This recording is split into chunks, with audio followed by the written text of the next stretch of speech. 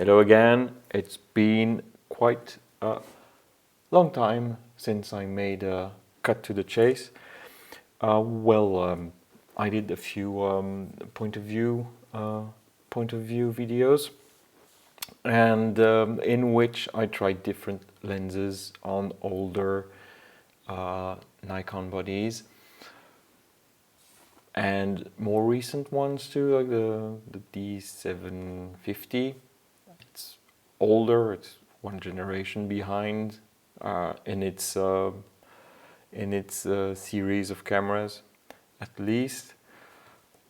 Anyway, I know I haven't showed much of the results because I'm not a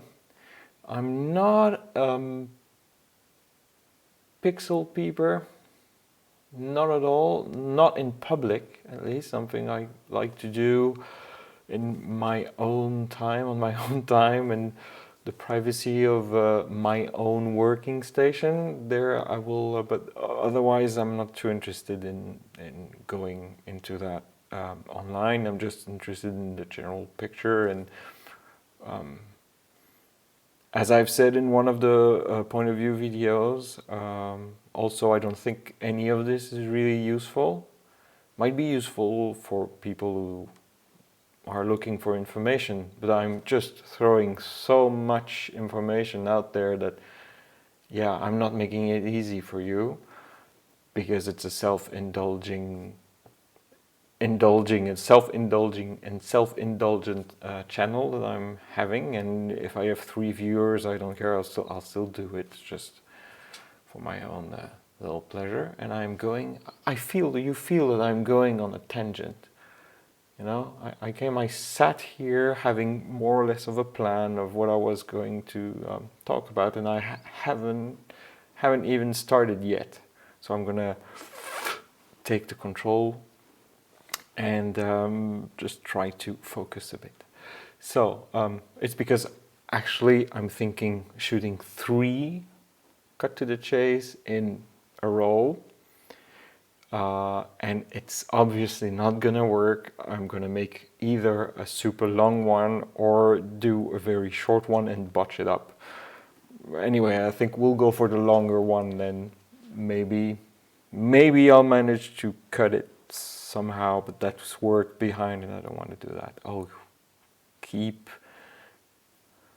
focus. Okay, so the first thing I wanted to talk about is it's a take. It really is a take. And I really believe that if you want to start using DSLRs that are not entry level, not necessarily, and you want to invest in something that will last you a few years and make the most out of it on a budget, I believe there is only one answer you can give to that, and it's Nikon.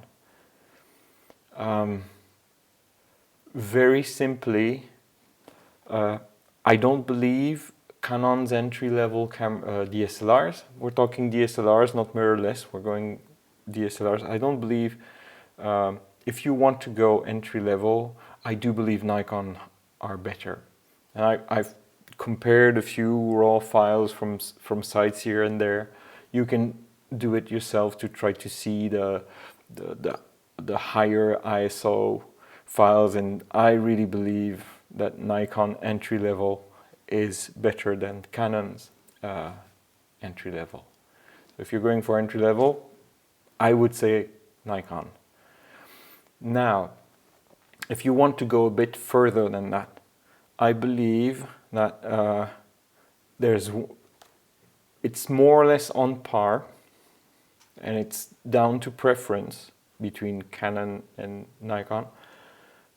But I do believe Nikon glass is more readily available, cheaper, and yeah, those are 2 important things. And the more readily available makes it cheaper too. especially if you're going for older lenses.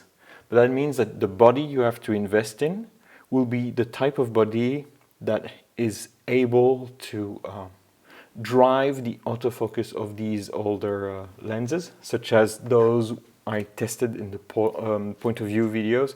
So these, but also these.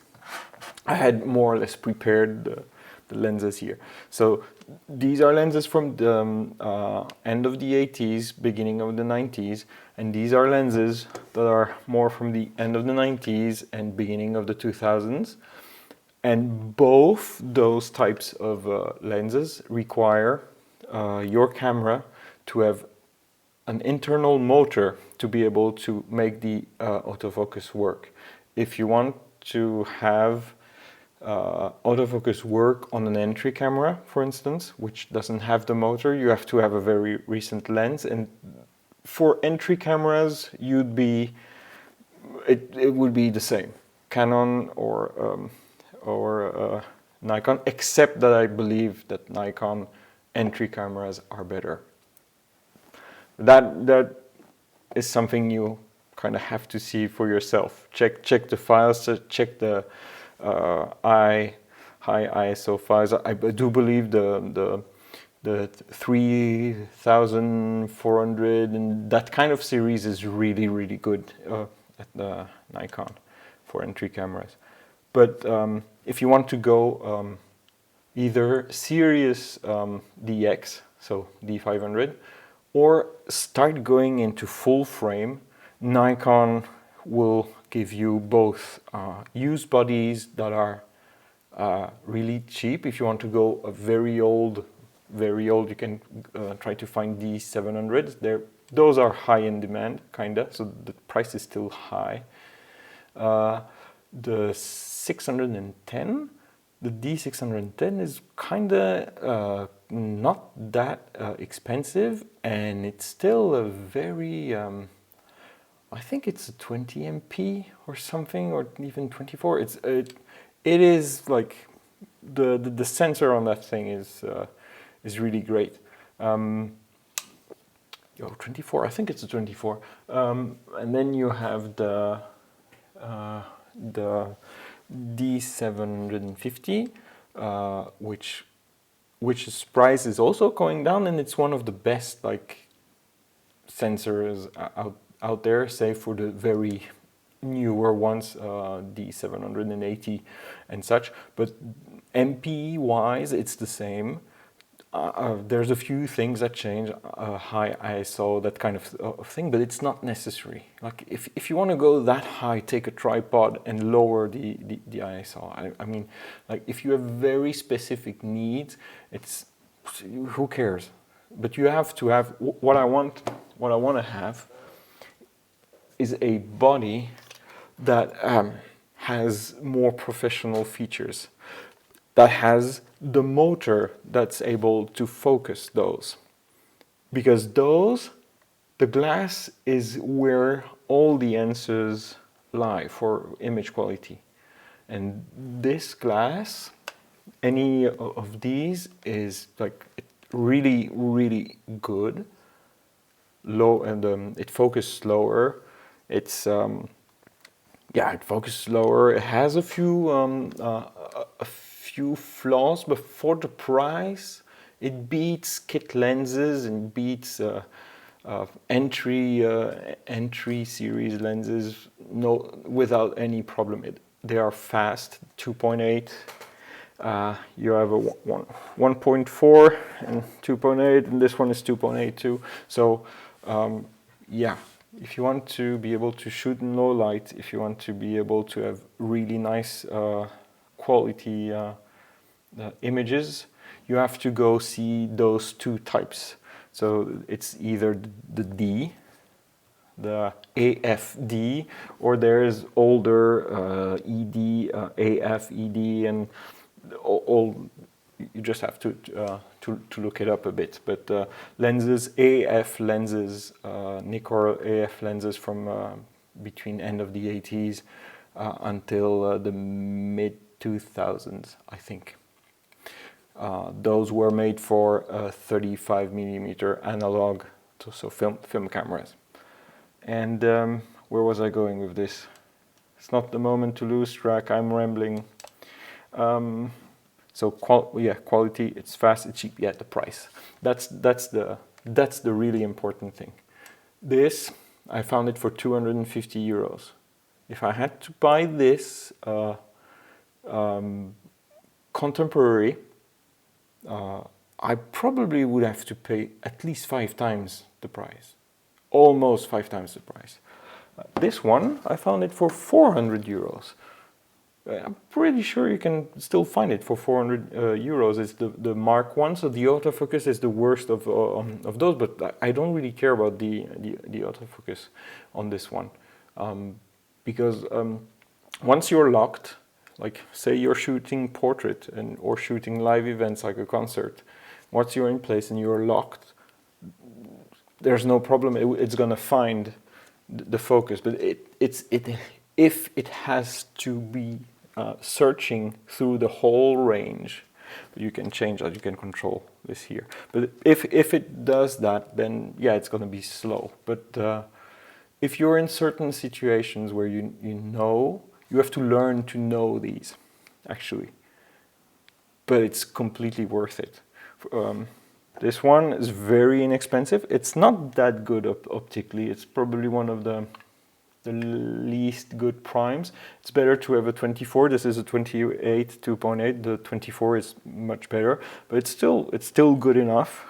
And this one I bought new. Think about it. How new? It was 450, maybe something like that.